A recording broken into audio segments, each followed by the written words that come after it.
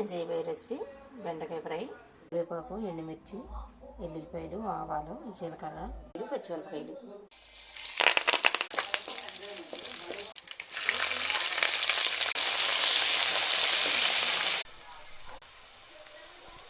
బెండకాయ ముక్కలు వేసేసుకుందాం. సాల్ట్ వేసేసుకుందాం.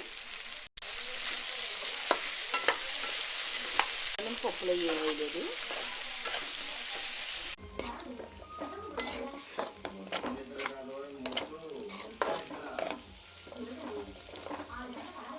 అంతా లైట్గా కొద్దిగా కలర్కే కారం వేసుకోవచ్చు.